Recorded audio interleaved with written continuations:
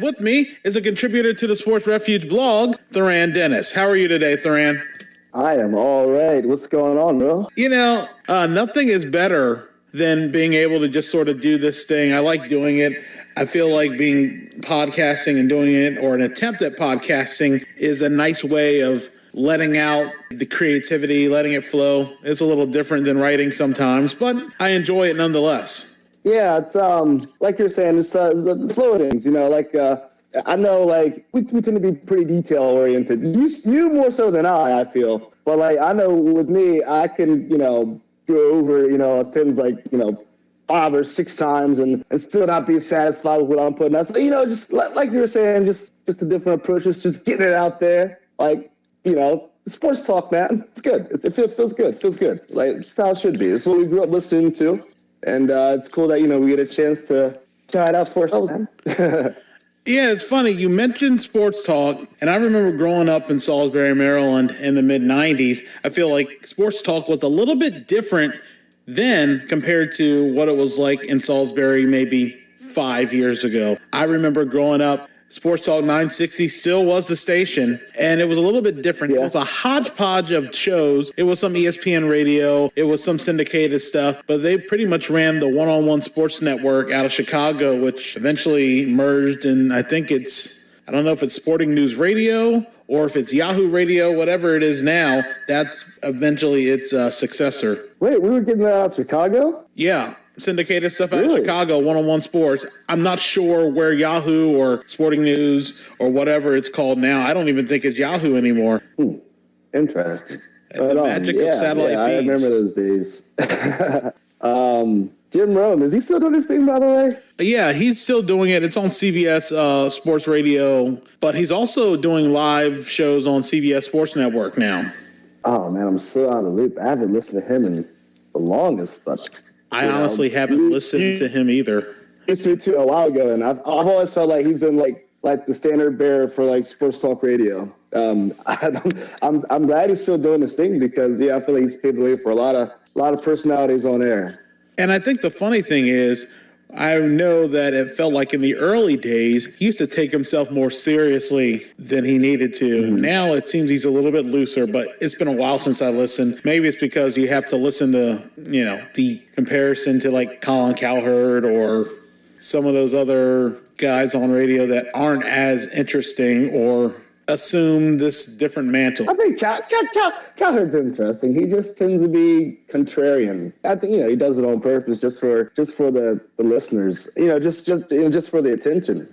I would think, but I've always felt like Cowherd's gotten a bad rap, and I feel like he's he knows his stuff, man. He's eligible, and it comes from a good place, philosophically. When you think of sports, I feel like he's about the community overall. I don't know. I mean, personally, you don't think so? Maybe he does. I don't have anything substantial to back that up. So, and it's interesting. People are going to check on me. Where do you get this from? Where do you say this? No, I just from listening to him, especially when he was on ESPN years ago. I did think he kind of, he took chances with some shots, but I enjoy listening to Cowherd. Yeah, it's funny. He had Jim Ross on his Fox show, or his Fox Sports 1 show, and it's very interesting to see that even Jim Ross said, you're playing the heel, things like that. I mean, especially it's interesting to have someone in pro wrestling on after Cowherd calls wrestling fans booger eaters and morons. Booger eaters and morons? Yeah, well, booger eaters, definitely. I mean, I've heard it myself. So, okay. He's not perfect. No, he's playing a hell of a good heel. Yeah, it's like old managers from the 1990s, like Bobby the Brain Heenan or something like that. Feel like this, draw him in.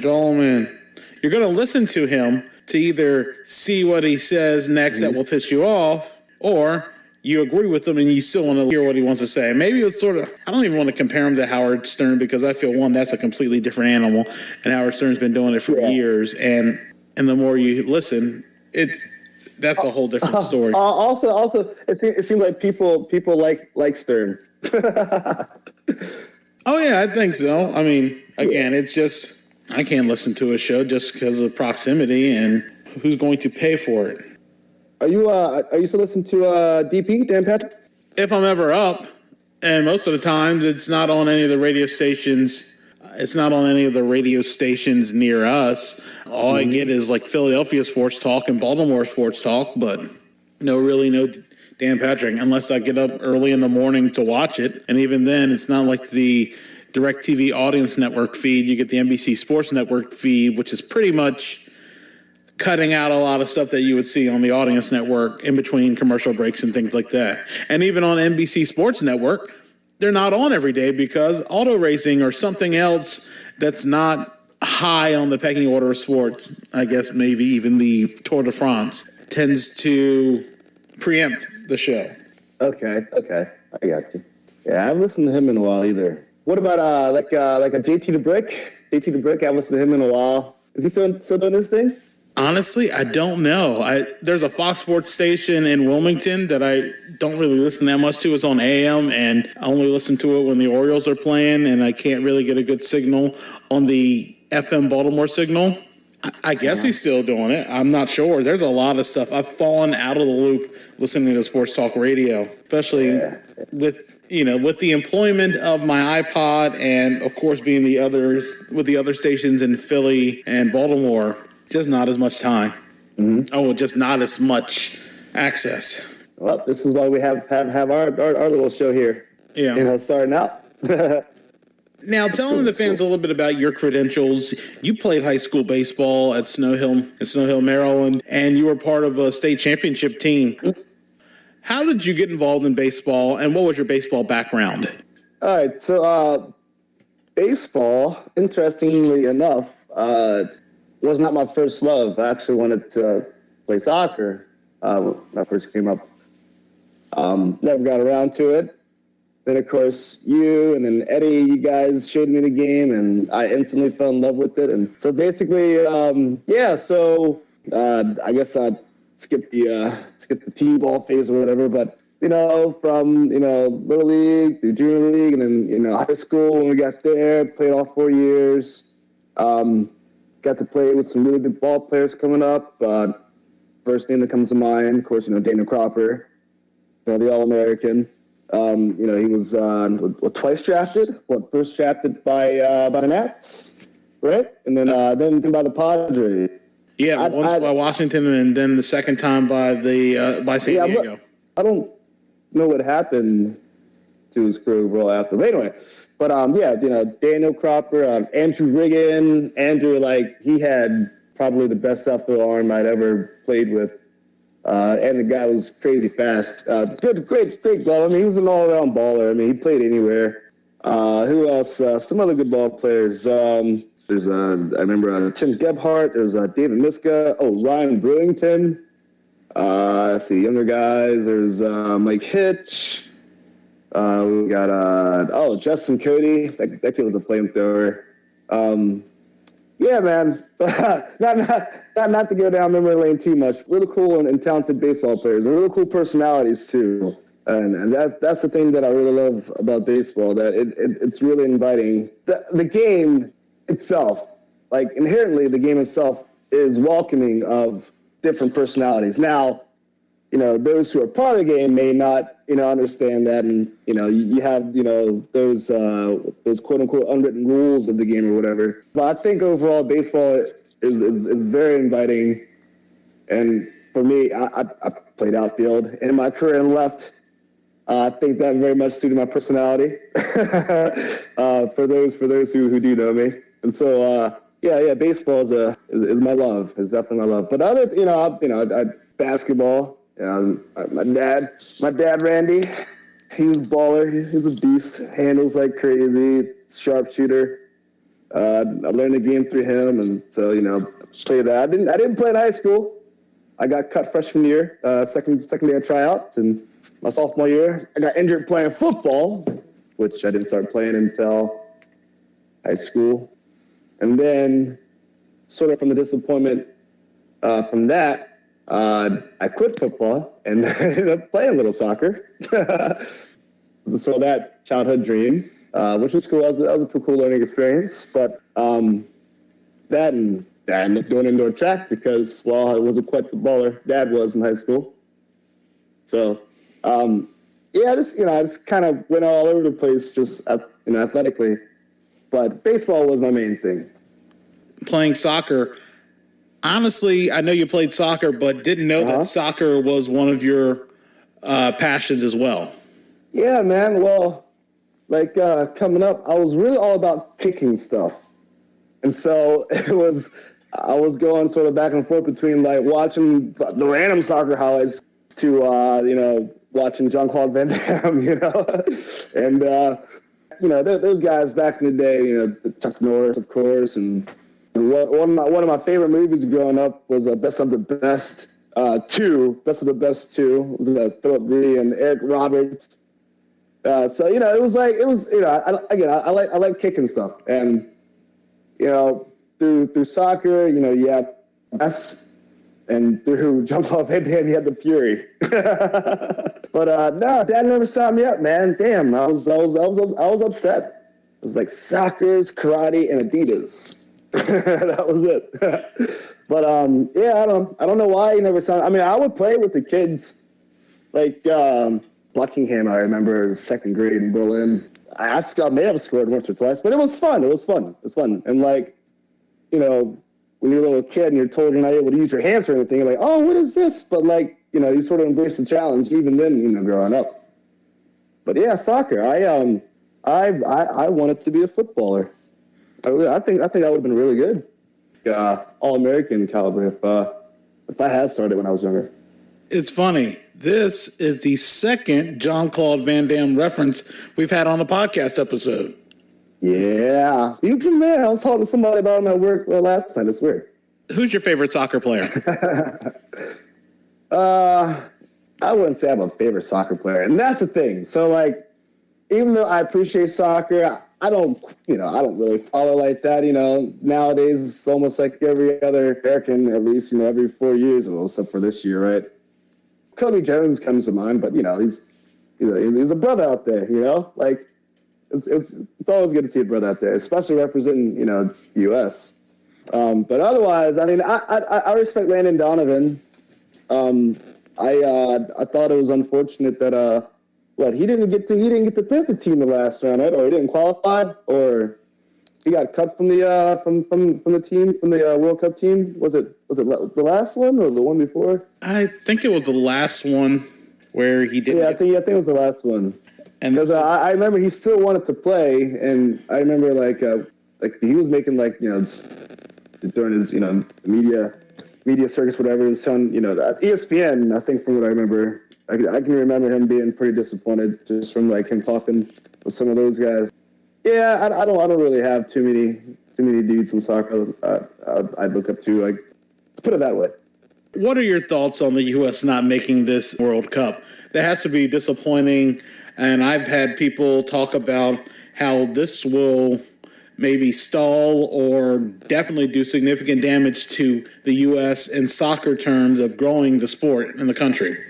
Yeah, I mean, I was surprised, really.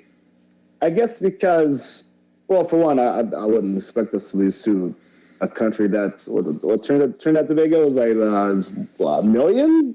Barely over a million people in the country. It's a really small country. Apparently it's smaller, or it's about the size or around the size or just a little larger than Austin or something like that. So anyway, whom we lost surprising. But then once you got, once I got over that, I mean, yeah, of course I was disappointed. I mean, I always look forward to seeing, the red, white, and blue represented in these world affairs, especially the World Cup. I remember the night that I was walking home from work, just streaming ESPN radio on my earbuds. Oh yeah, full disclosure to those who are listening to ESPN radio all the time. So, in matters of ESPN, I may come off as a homer. But anyway, so I was listening to, I don't even know the show, but some guy, I mean, he was livid, just livid. He was talking about how I think he was toward the coaching and the overall just system of bringing up soccer players, because basically, I shouldn't say basically because I don't know for a fact, but I know in other countries, it's the study. Because at 15, 16, they're going to soccer academies, and it's like school and then soccer. Like that's pretty much like all they do for like maybe like a couple years or so, and then boom, like by the time they're 18, 19, they're like, pro ready, some are like top in the world.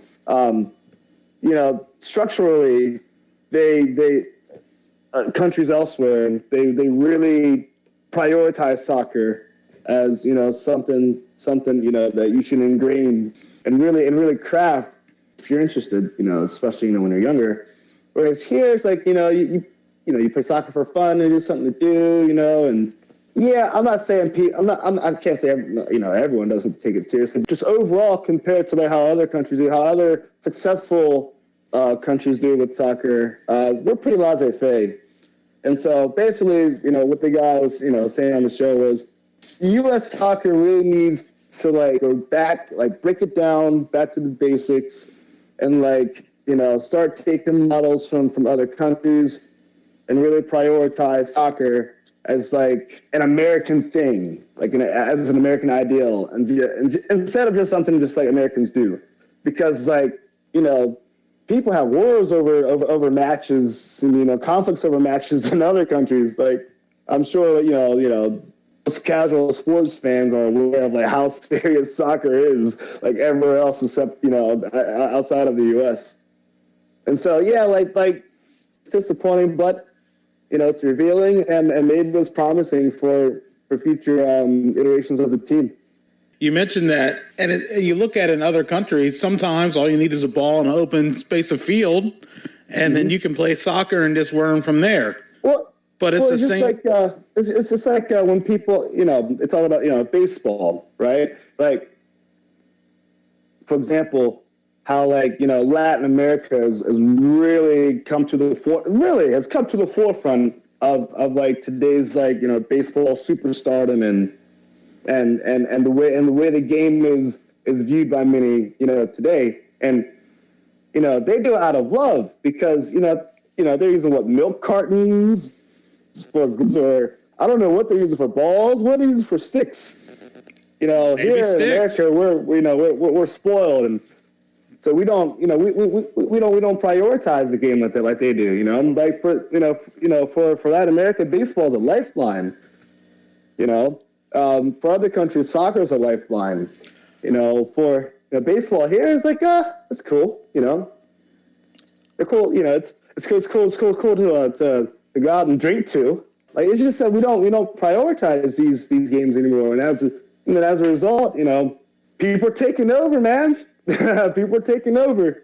I was gonna say honestly, what the equivalent of soccer in maybe South America is, and baseball in Latin America is. Basketball is what it is in the U.S. People will take milk crates, cut the bottom out, and you can and maybe attach it to a foam pole or something, use a hammer and nail, and they'll use that to practice shooting balls in. I mean, that might be the equivalent. Maybe it's not soccer, it's not baseball, but if you can find a spot, a foam pole, a milk crate, something like that, you might just ball all the time if you can.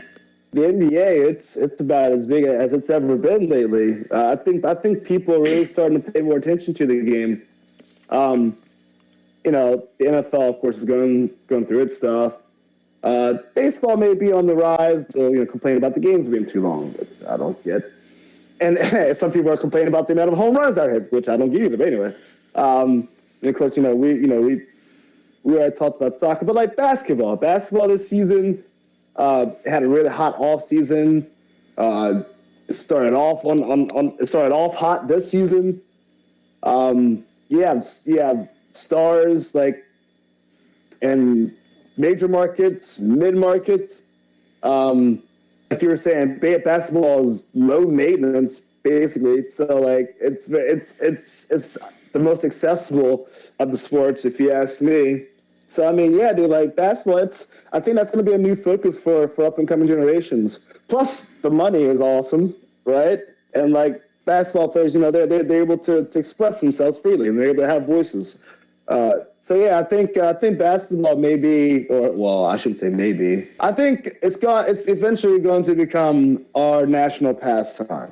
And that's tough for me to say as a baseball fan. And some would say the NFL is it now. The NFL's starting to trend down, and the NBA is coming up in a big way, I feel. Well, I think especially when you always worry about the concussion concerns in football, that could have some damage to the sport. Not even talking about the political things. In that case, even if you did, maybe that would turn a lot of people off to the NBA, especially. But who knows? But also, I'll say one gripe that I have with the NBA. Mm-hmm. I feel like, because the easiest thing would be to say, like Michael Jordan said, there's like 2 good teams and 28 other garbage teams. When in actuality, it's probably 6 good teams, 5 in the West, 1 in the East, and then 24 garbage teams or mediocre to garbage teams. My thing is, now I look back, you can't really say nobody plays defense, but there are a lot more high-scoring games than in the past. You're not going to see, like in the mid-'90s, you're not going to see a Mike Fratello-style team beat a team maybe 80-70. Man, these guys are just too talented, man. There's all right, so the talent does not speak to the lack of parity. Like, there's a lack of parity, but there are still talented, ballers out there. The thing is, and I've told people this before, as offense is concerned, with the way these guys are coming up, the handles, the focusing on the 3-point, shot. I just think that a good offense is always going to overcome a good defense. At its peak is reactionary. As long as you have the ball in your hand, you have the advantage because you know where you're going. You know what I mean? And so I just think that with the guys coming up, these guys, they're finding, more creative ways to get to the hoop. And, defenses, aren't able to keep up. I mean, I feel there's only so much you can do. Kevin Durant, 7 foot, I don't know, it was like $180. Doesn't matter. But the dude's handles are sick. The guy can shoot. I mean, he's long. It's like, what can you do? Like, you can only defend. Like, you could D him up the best you can, right? All up in his grill. But what are you going to do when he's, like, fading away, going up in the air like 5 feet or 6 feet, and just drain him, It's like, you don't do so much as a defender. Now, Durant an anomaly or an exception. He and LeBron, of course. Doesn't matter which order. But the thing is, man, it's just that, the offense is at an all-time high because guys are creative. The creativity is booming. I mean, Kyrie, man. Look at Kyrie. Like, the dude, he's a magician on the court. Like, you can put 3 guys on him, he's still going to, bob and weave. It's like, what can a defense do when you got guys like that coming up? My one thing is, and it's easy to say, and I feel like it can be easy cop-out, but the biggest issue a lot of people may have had in the NBA is feeling that there's a lack of competition because everybody wants to play with everybody. Some of those good teams in the 80s and 90s, say what you want about the level of competition and maybe the style of the game back then, is that those teams were built and those teams grew up together. Some of those teams were built, some of those teams that you saw in the mid to late 90s or early to mid 90s were teams that were built together in the late 80s. Drafts, trades, and things like that. Just looking at the Bulls, and you can look at the Blazers, a lot of those teams were built in the late 80s, mid to late 80s. When you mentioned the construction of the teams in the 80s, I feel like a modern day sort of like throwback to that would be the Celtics. Even though, they traded for Kyrie, but like, Brad Stevens, he's trying to build from within. Like, they have a plan, they have a process. But like, I'd say, if not, this season or next season, within the next, 3 seasons, I can see them legit, winning the title. But they also got Gordon Hayward as a free agent and Al Horford as a free agent the year before that. Right. That's 3 big acquisitions. But you look at their team, though. He's got a nice balance of income and talent, and talent. They're obviously trying to foster from within. I feel again, it's not quite like the '80s or not quite like how it used to be. But I feel like if there were any, sort of like present day throwback to that ideal, it would be the Celtics. Yeah, because I'm looking at it because even the Spurs were a lot of free agent acquisitions aside from Aldridge. Lately, though, and Gasol. The Spurs. I feel like they kept that sort of '80s model that you were speaking of. But yeah, lately they've been bringing in guys. Hey, sometimes you just because they're getting older. You need support. Like I feel like I don't know. Like how much longer do you think Popovich is going to last there? I know. I just feel like the era is about to turn pretty soon. Well, who knows? It all and you never know who's going to be the next coach after it. It could be Becky Hammond. It could be some other assistant. I mean, it all depends on how long he wants to do it, I think, because everybody could say he could have left once Duncan left. Yeah. He has a lot of these guys, so he can go as long as he wants to go. That guy's a beast. He is good. It's a good story. It's funny. He's all about offense. Man, he's improved a lot. Like his jump shot is nice. And a nice shot on him. I feel like right now, because most of the NBA I see is Sixers, and again, as a team to be reckoned with, I feel like watching them back all the way from 2 years ago, their biggest issue was their defense was bad. They would allow 100 points so often. When they held a team under 100 points, they'd win. And then last year, it was just a war of attrition. You actually watched them? Yeah. I mean, most of the times I don't have any choice. Well, back then when we actually had deadlines where we could actually wait for stories, I'd watch the Sixers in the office. And the biggest thing you'd see, they had heart, but they couldn't stop anybody to save their lives. But if you had a team under 100, the Sixers won that game most of the time. But when you see them let teams score 120, 130, 115, they're not going to win. And then last year it was a battle of attrition where everybody kept getting hurt. You didn't have Simmons. You barely had Embiid. Everybody else Covington got hurt at the end of the year. I was surprised they pulled off that many wins then. This year, it's growing pains. It's the actual growing pains. Everybody's playing. Everybody's healthy. Embiid's still hurt every now and then, but he's still performing. That game against the Lakers in L.A. was probably one of the best games I had ever seen. That's the only game I've seen him in. Yeah, he looked good. He looked good. He needs to work on his handles, though. And I'd heard people mention it after the game, too. But, yeah, even I saw it. Yeah, he's got to work on his handles because I feel like he's easily picked. Or he can be easily picked. But that footwork is Olajuwon-like. He does the dream shake all the time. Oh, my goodness. He dances. That guy can dance. Yeah. He can dance. Like Olajuwon would say in his thick Nigerian accent, he would say it's a soccer move, and if you listen close enough, it would sound like sucker. So it's a sucker move. It's a sucker move. It's a sucker move. Yeah. Pretty much like that.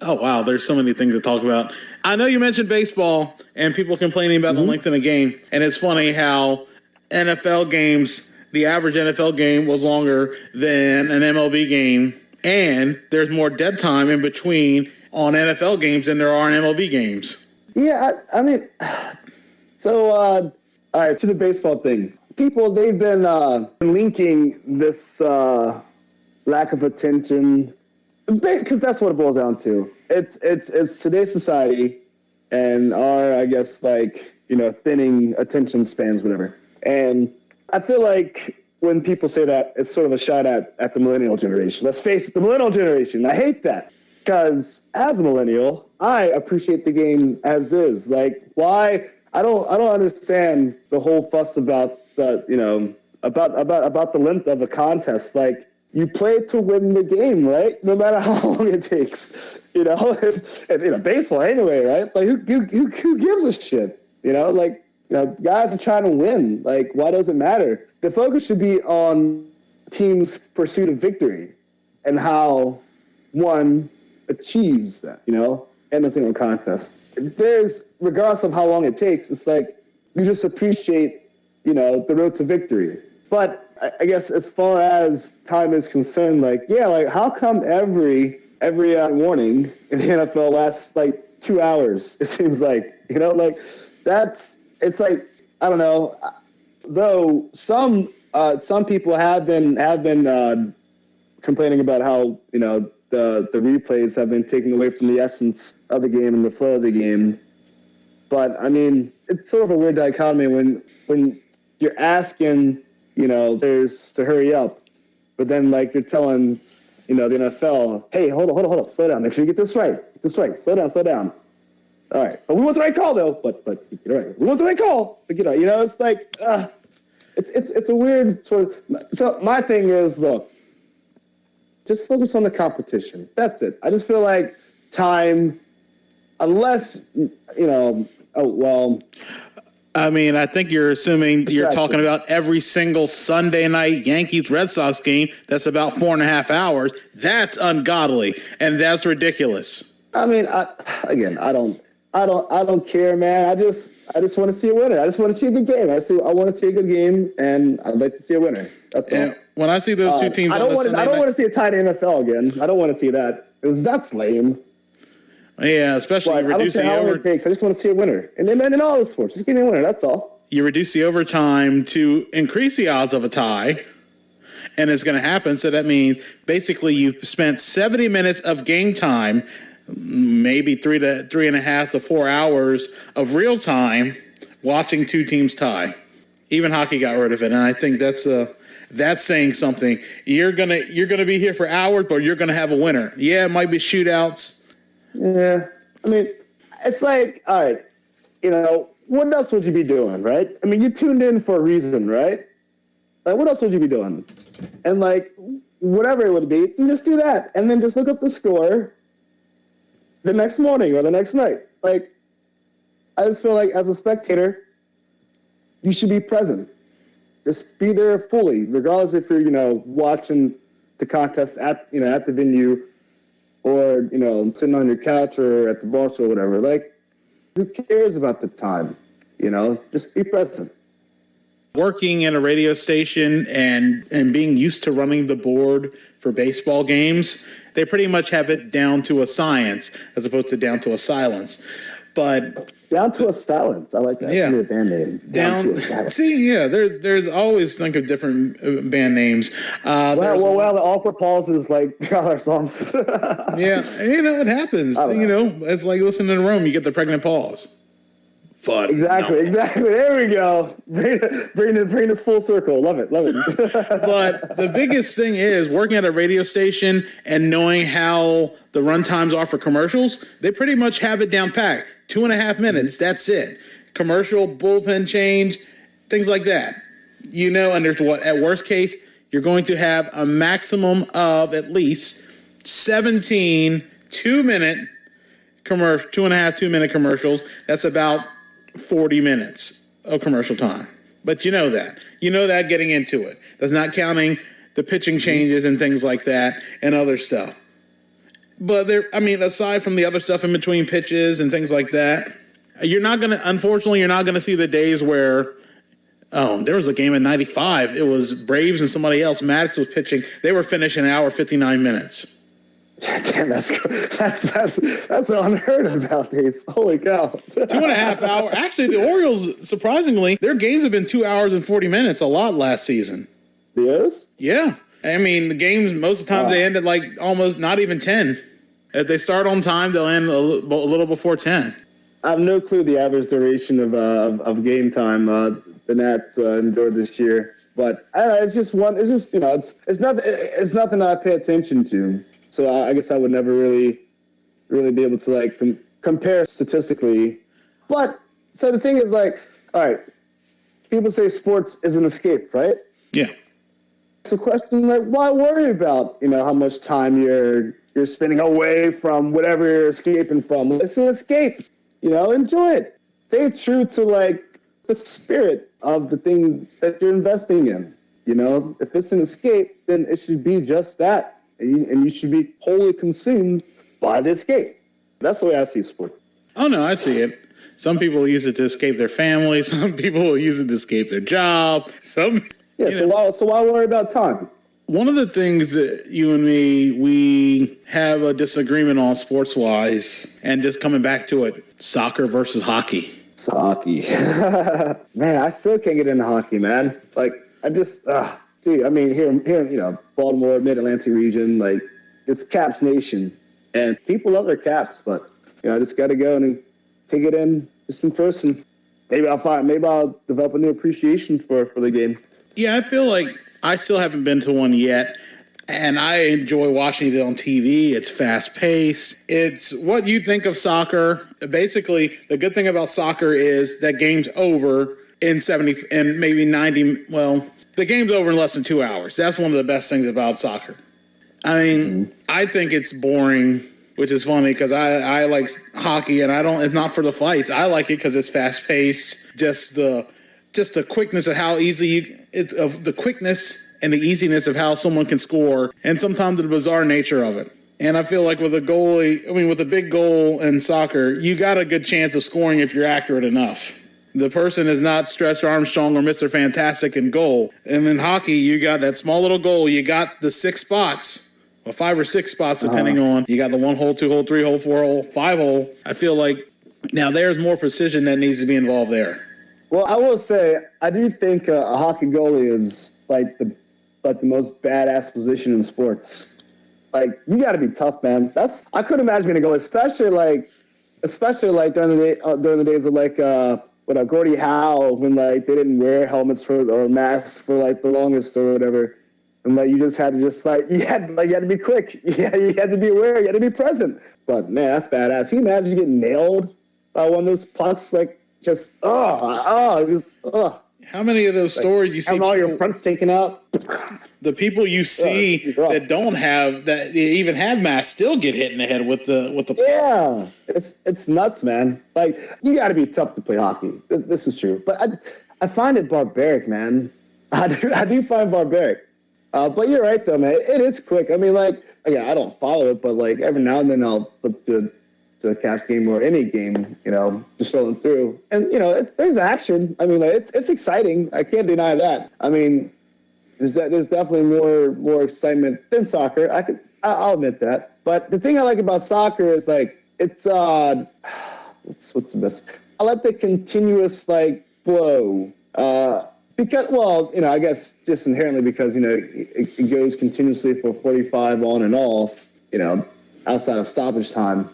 And it leaves a lot of room for, like, narrative. Whereas, like, I feel like hockey, because it's, bang, bang, like, you don't have as much development, like, to a goal. Even though, hockey games, they're not exactly high scoring either.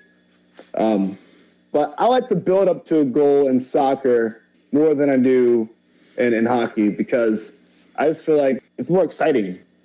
And I do feel it's harder. Like the hockey goal. I mean, yeah, like precision, but I mean, you blow that up to, I forget the exact measurements of a soccer goal, whatever. But I mean, they're also playing on this large pitch too. So in addition to having to be precise with your shots, whatever, like you have to like still maintain that like endurance, and I feel like you have to have like a lot of power. You could be just like kind of just like strolling on the field, like, oh, okay, I'll just pass here. But then like when the time comes, like you just got to be able to just to turn up just like that, But I don't know. That's kind of my take on the two. But maybe they're not as different as I place them out to be. I feel like with any sport, a good announcer can make a game. So that's another thing we debate. The importance of announcing, which I don't find it to be that important at all. But that's a whole other thing. I always see this. You've probably seen or heard Gus Johnson call a soccer game as opposed to him calling a college basketball game. No, I have not.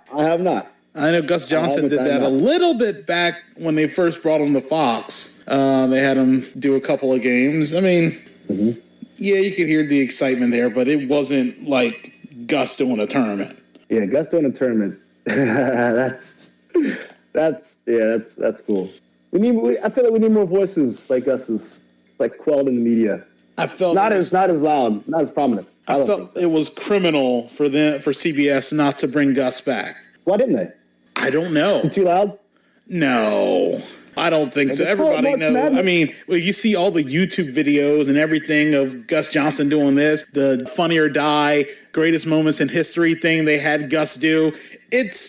People love Gus. Maybe some people thought he was a little too over the top, but sometimes you have to have a little over the top. Right? Yeah, I mean, I'll take him over Jim Nantz. You can't call the games like you're calling golf. That would be awesome.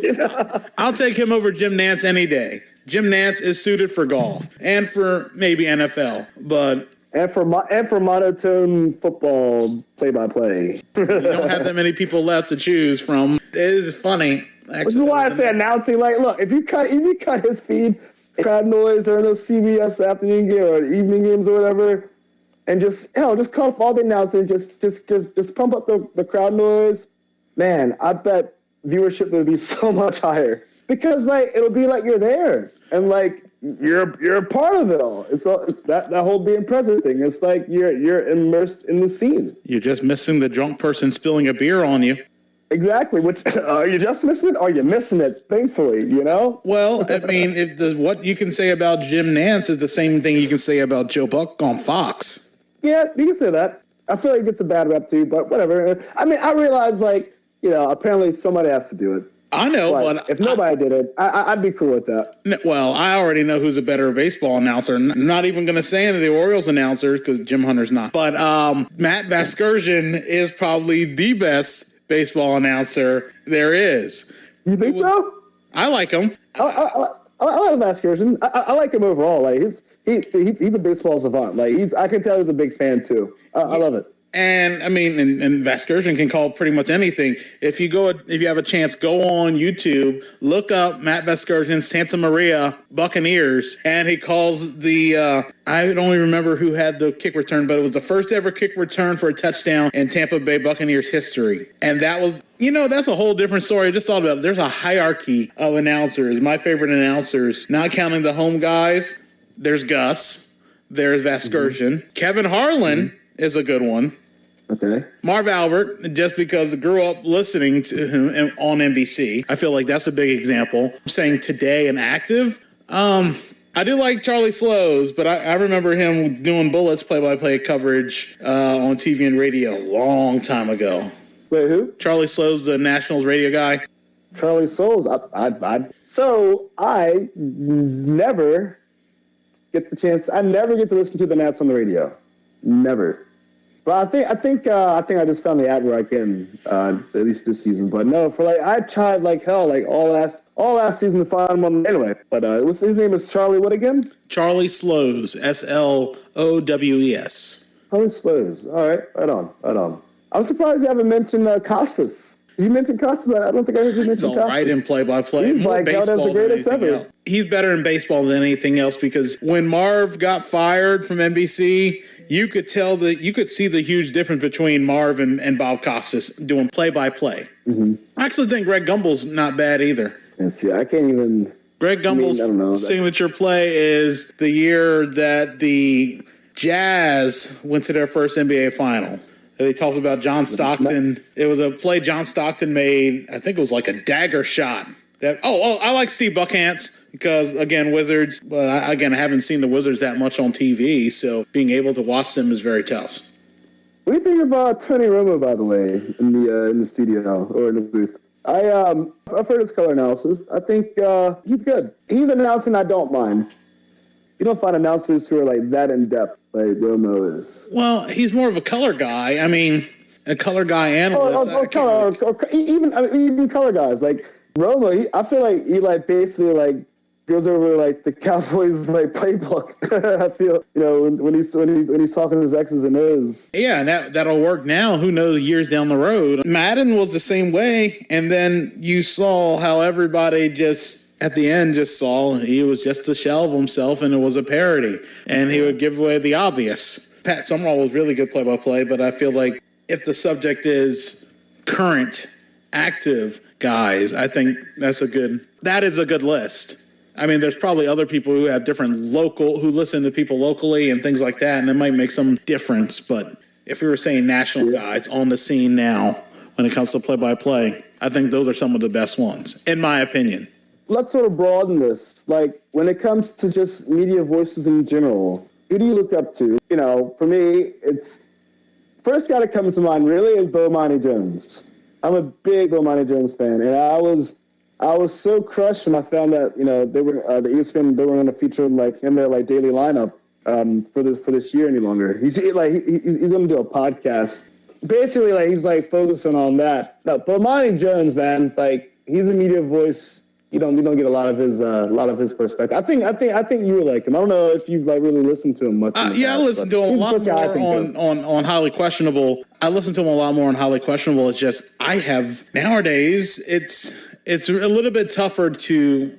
Especially, it's a little bit tougher to actually engage in some of the stuff. I mean, ESPN to me is like a necessary evil. I'll only watch it if I really need to. And I've had this discussion before I even wrote a post on it. It's like, I know, and I don't want to be one of those guys that's saying, oh, I don't want to be like the equivalent of like everybody uses old man yells at cloud type thing. I used to watch ESPN all the time from 1994, probably through the early to part of college. And I even joke, I wanted to work there. I used to have it as one of my ESPN theme as my ringtone. Mm-hmm. And I feel like I slowly am getting out of touch with stuff. And as a journalist, I'd rather see the journalistic part instead of everybody give a hot take. The whole embrace debate thing doesn't suit me. It's not like I don't like it. Hey, I used to be a big fan of Undisputed because I thought it was going to be something different and it was going to be great. I like Shannon Sharp. Shannon Sharp is another name on that list behind Bomani Jones. The only thing was, and then it just became the same old notes all the time. LeBron, the Cowboys, the Spurs, LeBron, the Cowboys, the Spurs. You see a pattern here? LeVar Ball, this and that. I mean, it got to a point where I thought it was going to be something different, and shame on me for believing that. But I'm still a big fan of Shannon Sharp. Yeah, Shannon Sharp, man. I just like, he's like, he's unconventional as far as like how he's become the studio guy he is today. But I mean, Shannon Sharp, man, he knows his stuff. He's a really bright dude, man. Funny dude too, man. He's hilarious. Yeah, you could put a picture of Shannon Sharp there. First thing comes to mind. Now Skip. That's the first thing that comes to my head because I'm thinking, it doesn't even start with anything else. It just starts now Skip. Are there any writers you keep up with nowadays? Like I follow like writers. I follow Steve Rushin. Steve Rushin, of course, he's my guy. But then like you ever hear of like he's not sports, not quite sports. So I think he had to take on the Kaepernick thing. I think it's Ta-Nehisi Coates. You ever hear that name? I've heard of the name. I'll admit I have not read a lot. I'll read some stuff every now and then. I'll read stuff from different news sources and things like that. It feels like everybody. Are there any like local guys you keep an eye on every now and then? I don't read a lot of local guys. I'll read the Washington Post, but it feels like their lineup keeps changing so much. It's hard to really keep track of anybody. Maybe Dan Steinberg in the DC Sports Blog. It doesn't look like Tom Boswell writes as much, so those things tend to be a vent. That's right. We talked about him before. He's the man. He's the man there. Yeah, I can't really think of that many people, particular writers and authors that I can keep track of. I'll just read. If I see a story I'm interested in, I'm going to read it. Sometimes that's a benefit. Sometimes it's, you're just in there for the story. You don't care in particular who wrote it. You're just there for the story and for the information. I know sometimes I can't help it, but I'm in a need where I just have to absorb information. Mm-hmm. Yeah, it's also, you gotta stay woke, man. You gotta stay woke, so yeah, man. I always try to see what's going on, especially in the world of sports. Twitter definitely helps. It's like following like the different voices. I'll follow guys, and now I guess broadening it, like Vast Version. I'm pretty sure I'm following him, like a Brian Kinney. I don't think Vasgersian has a Twitter. He's always been talking on MLB Hot Stove. He doesn't have a Twitter. Oh, damn. No, so I didn't. Never mind. Not to call you out or anything, but you might have somebody might be faking. Just like Charles Barkley. He says he don't have a Twitter either. I follow Shaq. I follow Shaq on Twitter. Shaq has a Twitter? Yeah, Shaq's been on Twitter. He called out Jose Canseco. I didn't know that. I'm following, actually, the newest person I started following, Rafael Palmeiro. I didn't know he had one either. He just started one. Like recently? Like, because he's trying to get back in the league? Yeah. at 53. He's trying to get back. That is an interesting story. Unfortunately, I don't think it happened. It would be nice to see somebody at 50 play. Jamie Moyer was fairly close. Julio Franco was fairly close, but dude, I bet Rafi's swing was still the same, man. Man, he had a sweet swing. It was so. I mean, they actually had video of him practicing in a batting cage. I mean, you can look at his swing and see. It's hard for me to tell. It's video on Twitter, and you know how everything can always be edited. No, I have to check it out. I have not seen the video. You said that there's a video. Well, he had like a double. He had like he went 2 for 4 in the independent. Was it 2 doubles he hit? Yeah, I think so. And in independent leagues, everything can be inflated offensively because sometimes you can play in an independent league where the league ERA is 7. Oh shit! No way. Yeah, there's plenty of independent leagues out there where the numbers are ridiculously inflated. I mean, yeah, I guess both U.S. and Mexico and other places like that. So it's like the equivalent of playing in the Pacific Coast League. If you have an ERA of 4, you're all right. You have an ERA of 1, you're something special in the Pacific Coast League.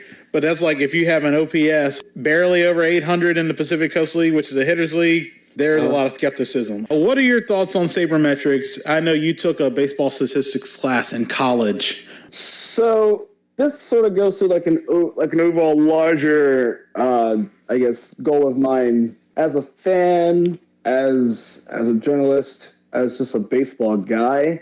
I need to pay more attention to Sabermetrics. It's not because I think they have like huge influence on the game. I mean, I'm sure there's some correlation. It's not like it's an old concept. It's been around for a little while at this point in time now. I'm going back to, Billy Bean A's of, the early 2000s. You can think about it, or 2018. So overall, Sabermetrics, obviously, it's a philosophy worth following because it extends, beyond baseball. I mean, yeah, with Daryl Morey for the Rockets, Houston Rockets, apparently he had been, taking some philosophy from Sabermetrics and building the Rockets from it. I think he's been doing it for the past 3 or 4 seasons now.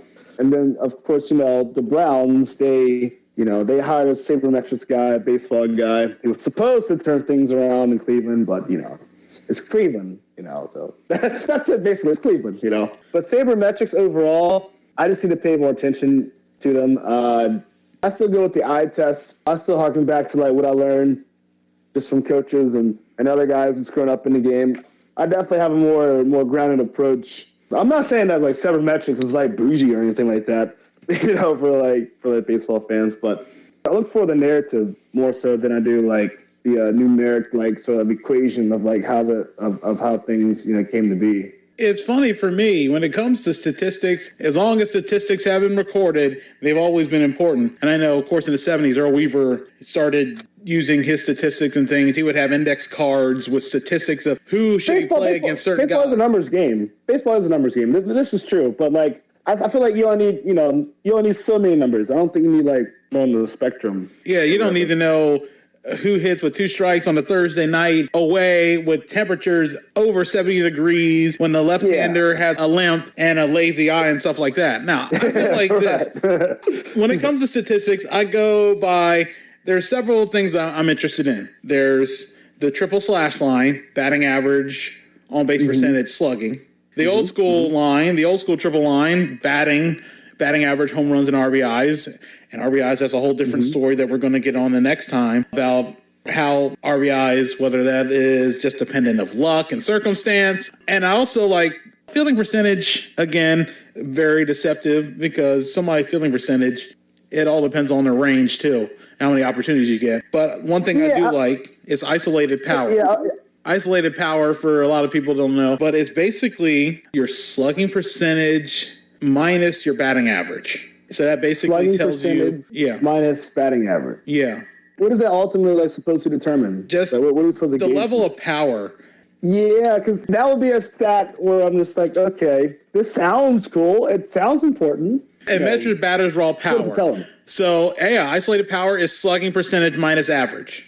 A slugging percentage, okay. Minus batting average. So basically, all right, so you're determining your power hitters, and I guess that would determine where you hit at in the lineup? Or in other words, for whom is that metric for? Is that for, pitching stats? Is that manager to determine the lineup? Like, who's that most important to? According to Wikipedia, it measures how many extra bases a player averages per at bat. Okay. I can see how that would be a decent offensive metric. I don't think it's necessary, though, but... Interesting. Another nugget about this, according to Wikipedia again, the term isolated power was coined by Bill James, but the concept dates back to Branch Fricky. Ooh. So statistics have been used for a long time, and maybe variations of sabermetrics have been. I always thought isolated power was interesting. I'm sorry, is there a difference between statistics and sabermetrics? Like is sabermetrics I feel like the sabermetrics evolution is maybe of more advanced statistics. Okay. I think so. I can't get into the whole war thing and warp and runs created. That's a little over my head because math has never been my strong suit. It's like baseball stats, Pikachu. Sabermetrics, Raichu. It's millennial reference there. Yeah, some people see sabermetrics as not as bougie as you say, maybe like voodoo or sometimes a little extra stuff that isn't always needed. But yeah, that's my thing on sabermetrics. I feel like those are the only stat lines I'm concerned about, and there's plenty of other things to look at. I'll use that plus the eye test, and with pitching, it's a different story. I mean, ERA, strikeouts, ground ball percentage, and whip. Those are the only things, personally to me, and innings pitched, that really helps. Innings, yeah. I like the innings pitched. So you mentioned ERA. Now, I was just thinking, ERA is one of those classic numbers that determines salaries or whatever, basically. But you consider a circumstantial stat? Yeah. Or is it how effective a pitcher truly is? Well, actually, I'll add that.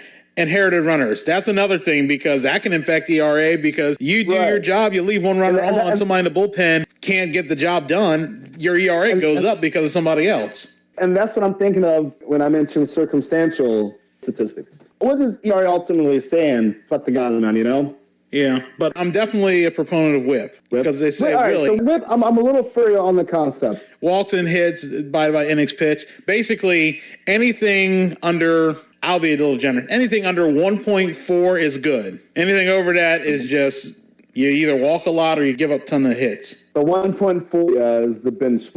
Again, that might be me generous. Some people say 1.25. That's like Kershaw level. But yeah, anything over 1.5 definitely is very worrisome. Gotcha. Again, my opinion, as we wrap this up, boy, we've been going nonstop. All over the map. It's just the beginning, folks. And definitely. But as we wrap this up, what are some ways people can contact you? So I do have a Twitter handle. It's at Sparky McGriddlecakes. If you ever wanted to, shoot me an email, it's my first and last name at Yahoo. And outside of that, there aren't really too many other things that are going on. I mean, outside of this podcast, of course, you'll hear me on here, every now and then. If not, quite a bit. Oh, so aside of the Sports Refuge and this podcast, I do have my own blog. It's called From Outta Left Field. But yeah, that's pretty much me in a nutshell as far as where I'm coming from now. Initially, the plan was we were going to do one with you, me, and my brother Eddie. And Eddie was not feeling well, but